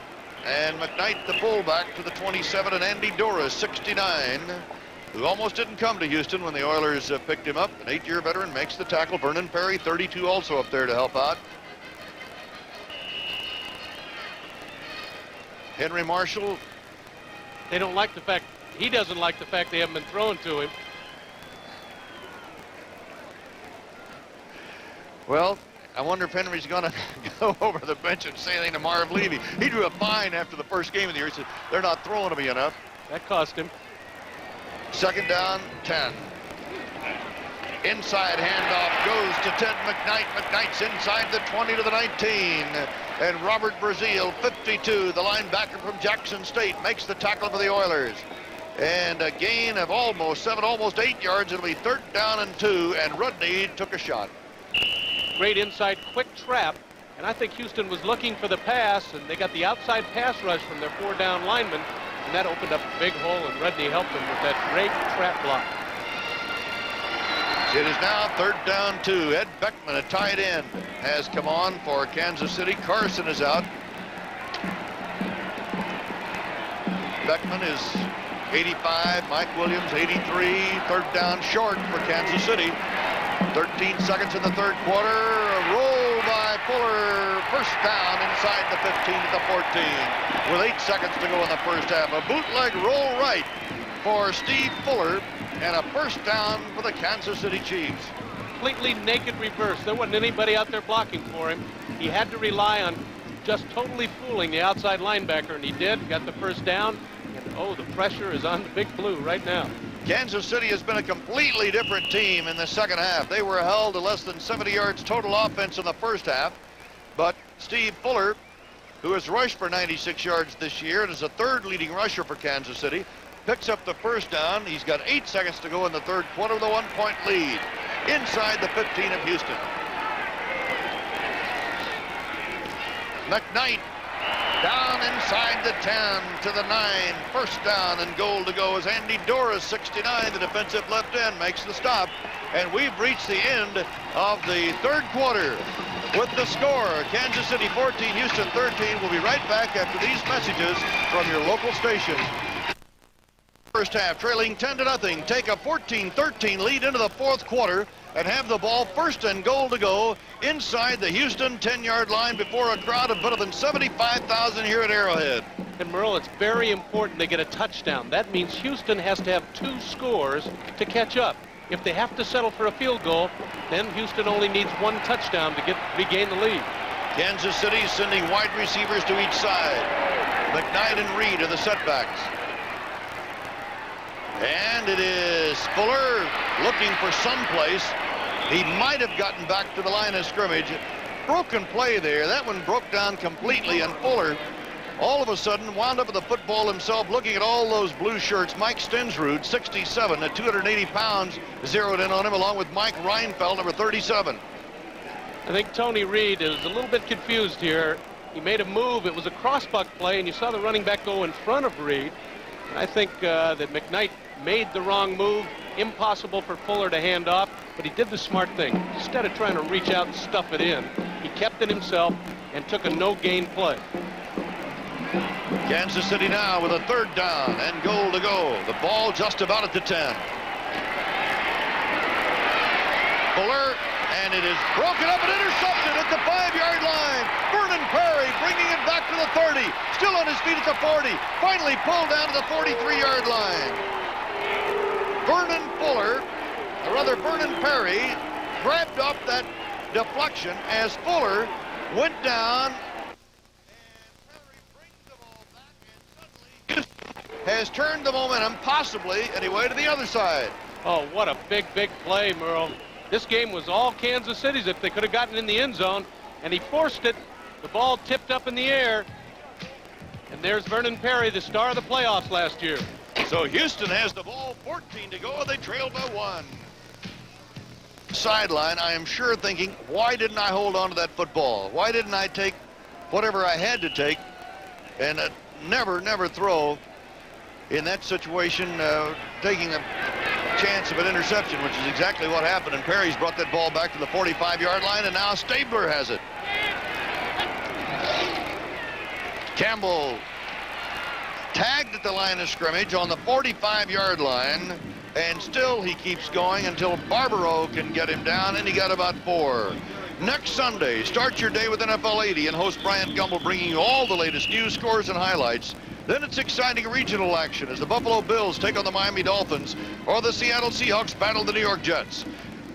Following football, it's the 1980 World Series, back where it belongs. If necessary, Game 5, all here on NBC. And we'll be back right after this message.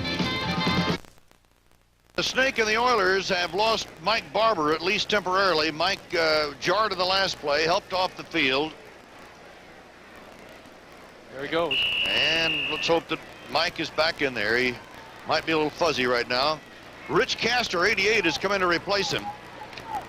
Houston has the ball, 2nd down and 6 on the 49-yard line of the Oilers. Carl Mock is up over the ball. Bob Young and Ed Fisher the guards. Leon Gray, Morris Towns the tackles. Carpenter is in the backfield on 2nd down. Campbell running hard. He's got a 1st down to the 42-yard line. Gary Barbaro, the free safety, and Christopher, the strong safety, number 41, had to come up to make the stop. We pause briefly for station identification. This is the NBC Television Network. KPRC TV, Channel 2, Houston. Merle Herman and Mike Hafner with you from Kansas City, where the Kansas City Chiefs, who play next door to the Royals, are leading Houston 14-13 in the 4th quarter. Kansas City scoring twice in the 3rd period. Stabler, 1st down. Kansas City territory. Campbell again. Sweep is on. Campbell, look at him go inside the 35 to the 33, and he is finally brought down by Frank Manu Maliuna and Gary Barbaro. Numbers 54 and David Carter, number 58, out there on the block. 170 yards now for Earl Campbell. What a day. 170 yards. Most backs don't gain that in a month, Merle. And no doubt about Campbell being back full blast now. 12:15 to go in the game. Houston methodically pounding on this drive, taking the ball after the interception all the way down to the 33-yard line of Kansas City. In the 3rd quarter, Kansas City shared almost equal time with the Oilers with the football. 7 minutes, 25 seconds to 7 minutes, 35 seconds. Rob Carpenter going nowhere as Gary Spaney, who intercepted and ran for a touchdown, makes the tackle on that one. And Whitney Paul, the outside linebacker, number 53, coming up to help out. Earl Campbell, who's carried the ball 34 times today, this time he says, I'm going to take a rest. Thank you very much. Little fake. Let somebody else carry it. I've had it 34 times today to match my number. We've got to have a measurement, and it's going to be short by that much. Turned out well. Earl got to run a fake. Then they had to measure. Now he's caught his breath. Guess who's going to get the ball for the first down run? So, referee Bob McElwee gingerly sets that ball down. And Houston will bring on a pair of tight ends. Mike Barber back in there. Let's see, is Barber back in? Rich Castor has come on. And we may have Ed Fisher moving over there to play a tight end. Moving out from the guard spot, which would put David Carter at a guard spot. And that's the way it is. David Carter playing right guard for Ed Fisher has moved out to tight end. 3rd down inches. Here we go. Hello, Earl. First down as Art Still, number 67, swarms over him, but Campbell with tremendous power goes to the 29-yard line, and another first down. Must really be something when you're looking at a guy like this in the face. You can say, I'm going to stop him, but you can't. 225 pounds and 5'11", which is very important. That low center of gravity makes it very difficult to tackle Earl low or high. He's so compact that he just runs right over him. So Earl Campbell charges on toward a 200-yard game. Slot left. Houston trailing by 1. 4th quarter. Campbell again. Wilson out front. And a tackle missed, and Campbell's inside the 30 at the 28. Thomas Howard brings him down. I'm not sure if that was Manu Maliuna or Spaney who missed him trying to get a necktie tackle. I think it was Spaney, and he spun him off, and then it was Howard who finally got him down. A gain of 2. It'll be 2nd and 8. With that low center of gravity, you don't tackle Earl Campbell up around the neck unless you got a straight shot at him. If he's running away from you, he'll either drag you along or just shrug you off like you weren't even there. Earl Campbell already holds the NFL record for the most consecutive 100-yard games in a single season. He had 7. Now he's on his way to a 200-yard game. Ronnie Coleman is now in for Houston. 2nd and 8. Coleman in motion left. Stabler looking for him. There he is. Screen to Coleman. Hey, look at the defense by Kansas City, though. Number 75, Sylvester Hicks, just off the injured list, making a big play now. He was out for the last 4 weeks with an injured right shoulder, but Hicks really saw himself in the spotlight there with a big, big defensive effort. Kansas City figured that Kenny was going to have to make his first pass of this drive. So they key on Coleman, who has caught the ball so often for Stabler, and here he tries the screen pass, but look at somebody else knew that Kenny was going to throw that screen, because look at all the red pants around there. A loss of 4, 3rd down, 13. 5 defensive backs on the field for Kansas City. Coleman and Carpenter, the running backs. Stabler with a lot of time. Spots Castor, and a flag is down as Castor goes to the 23, short of a first down. The coverage by Emil Carter, who was injured in the first half but has come back in the second half here. The defensive right cornerback for Kansas City. Pass interference, I think, Merle. Holding. Defensive holding, automatic first down. What a break. Let's take a look. Castor coming over the middle. And I'll bet you anything, a linebacker grabbed him by the shirt to keep him out of the pass play because it was a broken play. We don't get to see it, but that flag was dropped where Castor made his move to get open after Stabler had scrambled. And that's what usually happens. A linebacker doesn't want him to get away, and he'll grab his shirt. Bob McElwee discussing the situation with Leon Gray, one of the co-captains. Kansas City fans starting to buzz. They think that the penalty is going the other way, but it's not. They're just marking it off. Holding number 52 on the defense. First down. So Thomas Howard was caught holding. Bum Phillips and Ed Biles on the sideline. By the way, Ed's wife, Jackie, is hospitalized in Houston. Will undergo surgery tomorrow. We wish her the very best. Bum Phillips, familiar figure on the sideline. First down. Barber back in there. Earl Campbell gets the call. No place to go. Look at him reverse, going the other way. Pursued on by Thomas Howard, and Earl Campbell running all over the football field to avoid a loss. Turns it into a gain at the 24, and Sylvester Hicks, 75, finally, with great lateral pursuit, went across to bring him down. He turned a 1-yard loss into a 4-yard gain. Campbell's amazing. Unbelievable. He is on his way to a record-breaking day. He has never gone 200 yards in a single ball game, but he's not that far away now with 8:25 to play. Kansas City 14, Houston 13. Houston led at the half by a score of 10-0. Earl Campbell had 199 yards against Miami in his rookie year. He could break that today. 2nd and 8. Stabler, a little play action. Going for Barber. There he is. Touchdown, Houston. Herb Christopher beaten on the play. Mike Barber coming up with a touchdown reception to put Houston back into the lead, a 26-yard reception.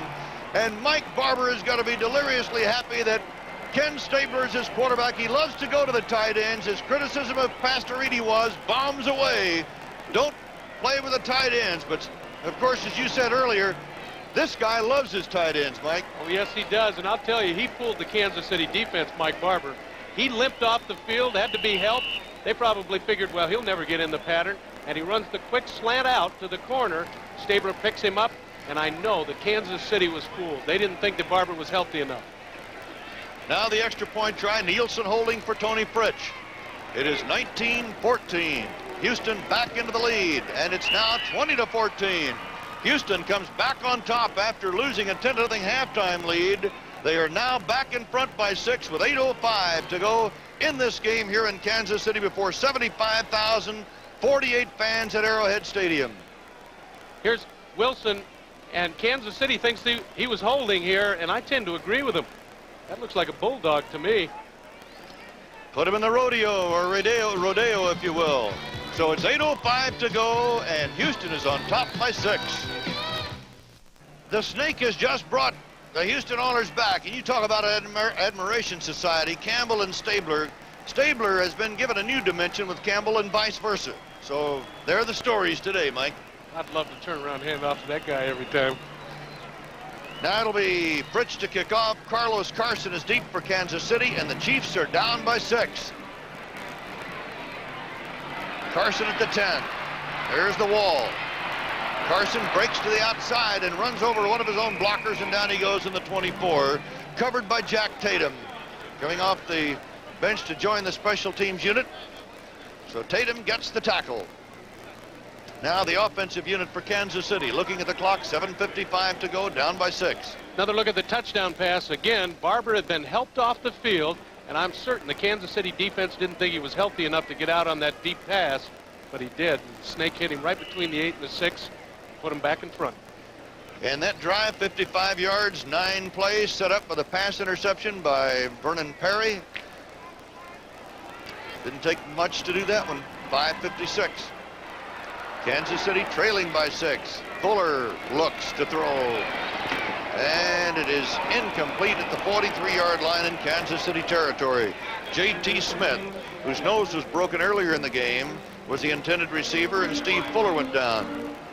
So the clock is stopped. 7:50 left to play in this one. Houston leading by 10-0 at the half, going down 14-13 at the end of the third quarter, right back in the fourth quarter to grab a 20-14 lead, and that's the way it is right now. Rome has come in. Stan Rome, 87, a second-year man from Clemson who was Fuller's pass catcher in college, is now in the ball game. Andy Doris, Ken Kennard, Jesse Baker, and Mike Stensrud, 4-man front up there now for Houston defensively. 2nd and 10. Fuller dumps it over the middle to Tony Reed coming out of the backfield, and Tony is near a first down at the 32, but he's going to be short by a yard or so. Robert Brazil, 52, the linebacker, had the coverage. Great play by Brazil. He was one-on-one with Tony Reed, and if Reed would have gotten away, it was a 30 or 40-yard gain, but Brazil caught him from behind. Again, that great speed by the linebackers. Marked the ball officially at the 31, which makes it 3rd down 2 as Carlos Carson brings the play in, number 88. A rookie from LSU. Stan Rome goes out for Kansas City. Steve Fuller and Marv Levy have opened this game up, the offense up for Kansas City here in the second half. It resulted the Chiefs putting 14 points on the board and having a lead. Here's a draw going to Ted McKnight. McKnight is across the 35, knocked backward, but he's got enough for the first down. So McKnight picks up the first down. Art Springer, 56, the linebacker who missed the game last week because of a knee injury. He's had an injury-riddled career. He got the tackle, but it's first down, Kansas City. Excellent call, the draw play in that situation. Obviously, Houston looking for the pass because Kansas City's playing catch-up. Rome and Carson are now alternating, bringing the plays in. So you can see the defensive linemen and the linebackers are playing pass first. They all took a step backwards, and that was the reason for the gain on the draw. Kansas City, 10 first downs, Houston 20. Houston leading by 6. Right over the middle it goes. Oh, what a shot on Ted McKnight.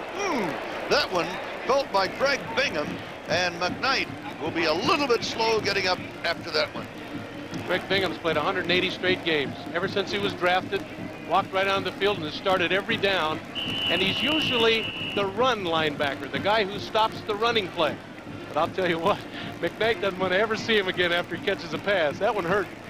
Gain of 6, second down 4. The play is brought in by Mike Williams. The tight end, Henry Marshall, goes out, comes to the sideline. 5 minutes, 50 seconds left to play. Houston 20, Kansas City 14. Merle Herman and Mike Hafner with you in Kansas City. Crowd of over 75,000 looking on. That's McKnight in motion. Fake the reverse, and it is Reed carrying the ball. And Reed is rolled out of bounds near the 45, and I believe just short of a first down. Art Stringer, 56. Ted Washington, 59. The linebackers chased him out of bounds. He's short by almost a yard. Now Kansas City will have a third down, about a yard to go. Tony Reed has picked up 32 yards today on 9 carries. The wide receivers come out, the tight ends come in for Kansas City. Jim Rourke, a tackle, is now playing a tight end, normally a tackle. Ed Beckman is playing the right side. And Rourke, number 70, plays the left side. That's Beckman in motion. And the block is that way, and it is a first down for Ted McKnight at the 49-yard line. Robert Brazil, 52, had the stop with Greg Stemrick, 27. And you know, Mike, I'm surprised that that play didn't gain more because they really had the blockers out there. They did well. They took a page out of the Houston Oilers book. They put the motion man towards the way they were going to run, and McKnight almost broke it. There's McKnight. He's hurt on that one. And James Hadnot, 48, will come in to replace him. It's 20-14 Houston. 5 minutes left to play as the clock grinds down. And Kansas City putting the ball in play. Fuller dumps it off, swings it out to Hadnot. Hadnot with that big frame of his, 244 pounds, bounces all the way down to the 43-yard line. And J.C. Wilson had to take him on at 177. He is short of a first down, however, but he got 7. I'll tell you, it takes guts to play cornerback in the National Football League, especially when you have to go outside and take on a 235, 240-pound fullback. But look at Wilson at 175. It'll be second down 3 as we complete the play there. A gain of 7 by Hadnot. He is out of the ball game. Arnold Morgado is in there now with Tony Reed. Morgado in for the first time today. Formerly a starter for Kansas City. He's been on the injured list. That's Morgado. Morgado finds a hole in the middle, goes across the 40, down to the 36, and Ted Washington, 59, the linebacker, makes the stop. Morgado out of Hawaii, who had a broken right leg a year ago, getting an action coming off the injured list as Marv Levy sends in the play. I'll tell you, that offensive line for Kansas City is inspired, Merle. The great run by McKnight where they blew him out, and now Morgado comes in for his first carry. And I swear, the Houston linebackers and defensive linemen were back 3 yards even before Morgado touched the ball. Fuller in the air, 11 for 18, 147 yards, 1 touchdown, 1 interception. Fuller dropping, looking, where's the receiver? Not there, and Fuller eats the football at the 38 is Jesse Baker. The designated sacker for the Houston Oilers comes in and makes the tackle to throw Fuller for a loss of a couple. Smart play by Fuller. All the receivers were covered, and this time, instead of trying to force the football when he got it picked off, this time he pulls it down and eats it. He knows better. They have got to have the football, and a 25-yard gain because of a great catch isn't going to help him any. So eat it now and see if he can come back and get the first down on the next play. Second down, 12 coming up. You saw a familiar number, 78, Curly Culp, who's now in there. Used to be with the Chiefs, was part of the great Super Bowl team. And we've got a timeout by Houston. 3 minutes, 2 seconds to go in the game. Houston on top by 6, and we'll be right back after this message. They use all kinds of transportation to come to the Big Arrowhead Stadium, and this guy not only came to the stadium, but he has the best seat in the house. Ted McKnight had an injured ankle, but he is back in. Houston leading 20-14, and we're down to 3:02 to play. Kansas City on the Houston 38. 2nd and 12. Fuller being rushed. Fuller breaks the tackle. Where's the receiver? Not there. He's going to run the football. He is on the way down to the 20, 15, 10, 5. Touchdown! Kansas City takes the lead. Fuller looking all over the field. No receiver. Look at this crowd.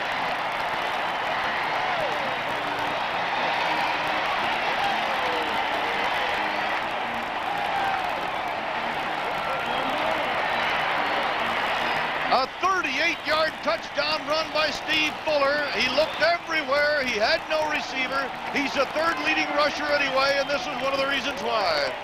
A smart play. Fuller uses his athletic ability to get away from the big pass rush. Now he wants to throw it, but he remembers the interception earlier that turned this game back to Houston. Now he pulls it down, and at 6'4" and 200 pounds, this young man can really run. And as you said, Merle, he's the third leading rusher on the team. He just showed you why. Well, Kansas City tied, and now Kansas City into the lead. Kansas City 21, Houston 20. 2 minutes and 51 seconds left to play in this ball game. Don't leave us here. We've got a wild finish coming up for you. 75,000 fans in Kansas City in war paint, the mascot. All happy about that last play as Fuller ran it in, 38 yards for a touchdown. He has 49 yards rushing for the day, and Nick Lowry will kick it away. Carl Roach is at the other end of the field, back deep with Jeff Groth. And it's right out of the end zone. There'll be no run back on this one. Now we will see Ken Stabler go to work. And these fans will have to, well, most of them right now are standing, as the scoring drive covered 76 yards in 10 plays, with 5 minutes and 14 seconds eaten off the clock by the Kansas City Chiefs, and Fuller took it in for the touchdown, and now Stabler is 80 yards away from putting Houston back in front, and he is down by 1 point. And you're going to see a great show here in the final 2 minutes and 48 seconds, I'm sure of that, because this defense of Kansas City is really cranked up, but Stabler has faced this situation before. He is one of the best ever at the 2-minute drill. He's got 2:48 to go. He's got all of his timeouts left. This is going to be interesting, Merle. Carpenter and Colvin are his running backs. Airborne, that's the story. Stabler with time, and ooh, the pass is dropped. Billy White Shoes Johnson was going to carry the ball before he had possession. He was wide open on the sideline. He was going to have about a 17-yard gain on the play, but instead it is 2nd and 10. Old wide receivers do not like to see this. I mean, Billy Johnson works all day to get wide open. Kenny Stabler makes a perfect read of the defense. Now watch. White Shoes is a punt return man first, a receiver second. There goes the problem. He started to run with the football before he caught it. But Stabler's an old veteran. He'll come back from that drop. Stabler, 9 out of 15, 113 yards. Big running game by Earl Campbell today, but now Stabler's got to stay in the air. He's over the middle. It's complete to Ronnie Colvin coming out of the backfield. He's to the 29-yard line, brought down by Thomas Howard, the linebacker, 52, and he is just shy of a first down as we have 2 minutes and 30 seconds left to play of this game. And the Oilers are trailing by 1, and you see a timeout signal from the sideline. As the Oilers, the clock is still running, however. Still running. He hasn't called the timeout yet, Merle. So the clock rolls. Gifford Nielsen pointing to the clock, and the clock is now being stopped at 2 minutes and 12 seconds left to play. And something went wrong there as Marv Levy, he's all for it. Bum Phillips is pointing to his team on the field, saying, hey, guys, you got to anticipate here. We got to call a timeout. So they get the timeout with 2:12 left to play in the game. Houston will have a 3rd down and 1 when we go back to play here. A tremendous show by Earl Campbell, possibly to be overshadowed by a second-half comeback by these Kansas City Chiefs. Today, it's the Chiefs of Kansas City and the Oilers of Houston. Tuesday night on NBC, it will be the Royals of Kansas City against possibly the Houston Astros or the Philadelphia Phillies, as the World Series is back where it belongs on NBC starting Tuesday night the 14th. Bum Phillips not very happy about that timeout called. And I'll tell you, Merle, I think I gave you some wrong information. There's only one timeout left now for Kenny Stabler. Well, Stabler really has to work the sideline now. 2 minutes, 12 seconds remaining. Kansas City 21, Houston 20.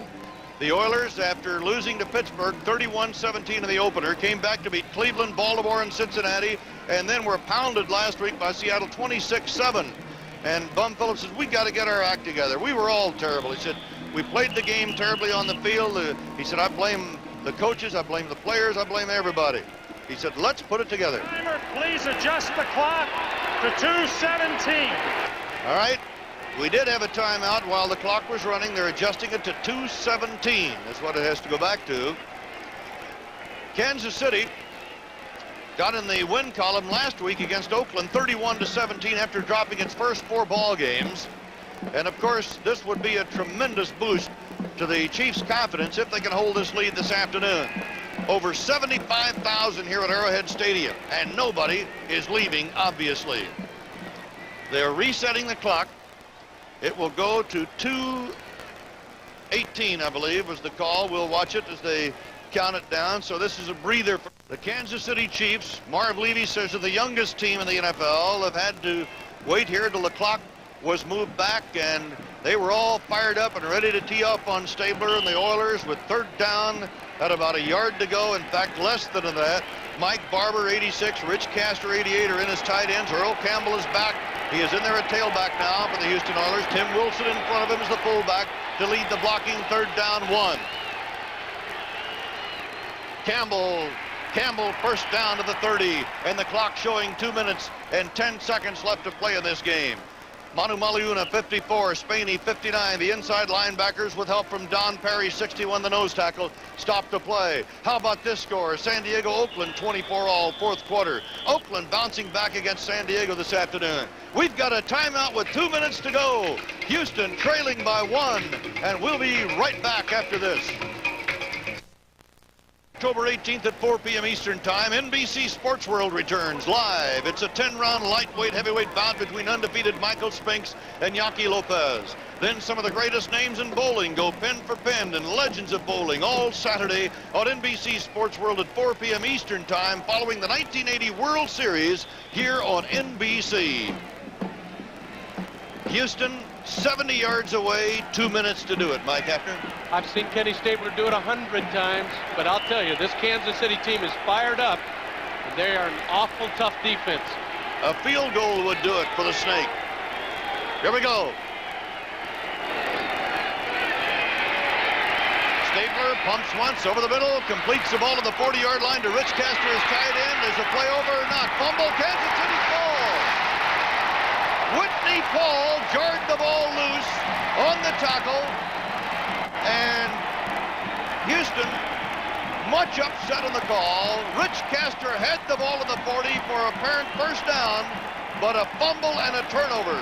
It was Whitney Paul last week stealing a ball away from David Casper to help them upset Oakland, and now you see rip that ball out, and that was a good call.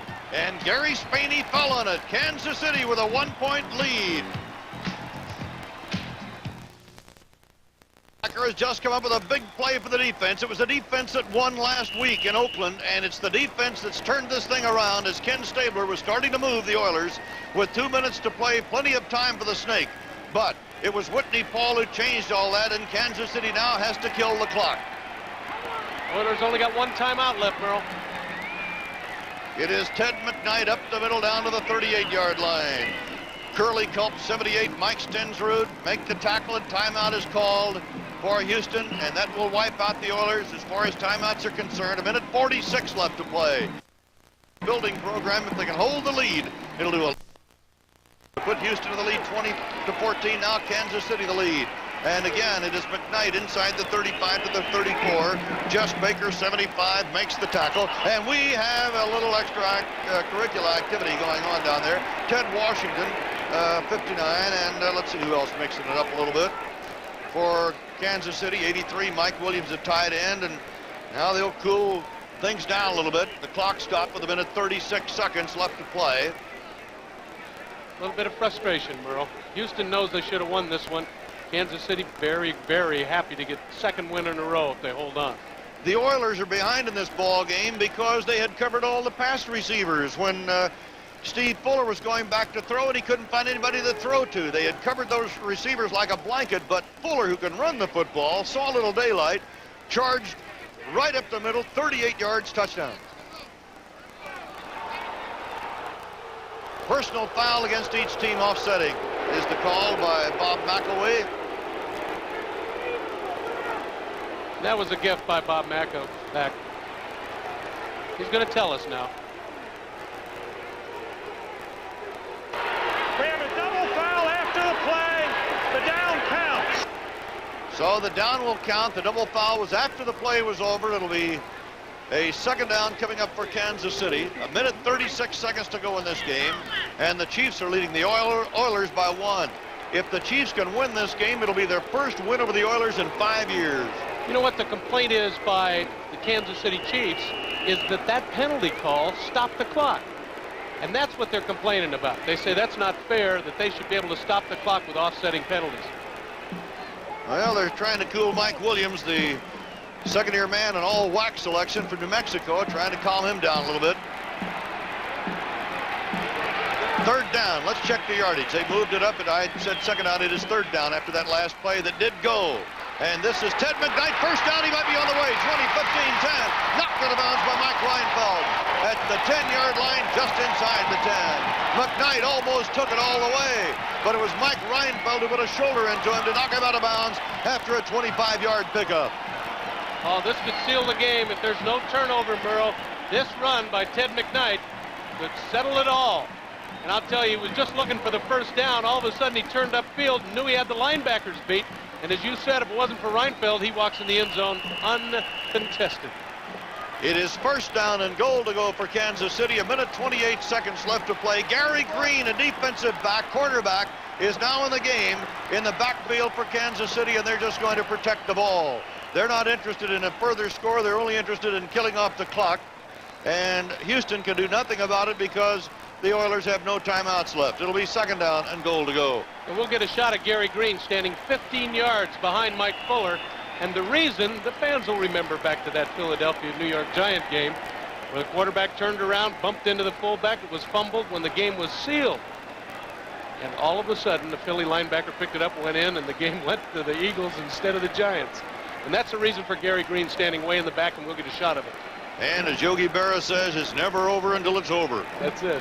The last time the Chiefs beat the Oilers was 1974 by a score of 17-7. Green, look at him. You talk about a tailback. Now that is what you call a deep tailback.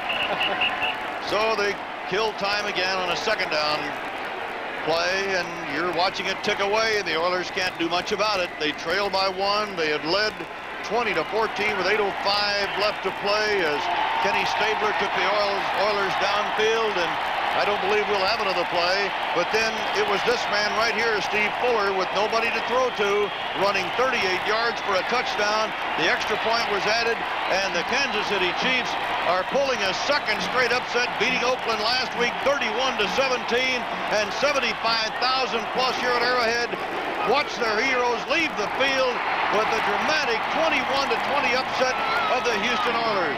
A severe blow for the Houston Oilers as Marv Levy accepts the congratulations of Bum Phillips. So the Oilers leading by 10-0 at the half. Kansas City putting on a good third quarter, 14-13 at the third quarter, an exchange of touchdowns in the fourth quarter, and a 21-20 win for Kansas City, Mike. It's a shame. Earl Campbell had a great day, but Kansas City just would not quit. And I'll tell you, defensive linemen hate scrambling quarterbacks, and you saw the reason why. Mr. Fuller was in the end zone with all the receivers covered, and it cost him the game. And it was Earl Campbell with over 177 yards on the ground today, putting on a tremendous show, but not quite enough as Kansas City wins its second game of the year, beating Houston by a score of 21-20. Oh, what a game, and we hope you've enjoyed it all. I'm Merle Herman.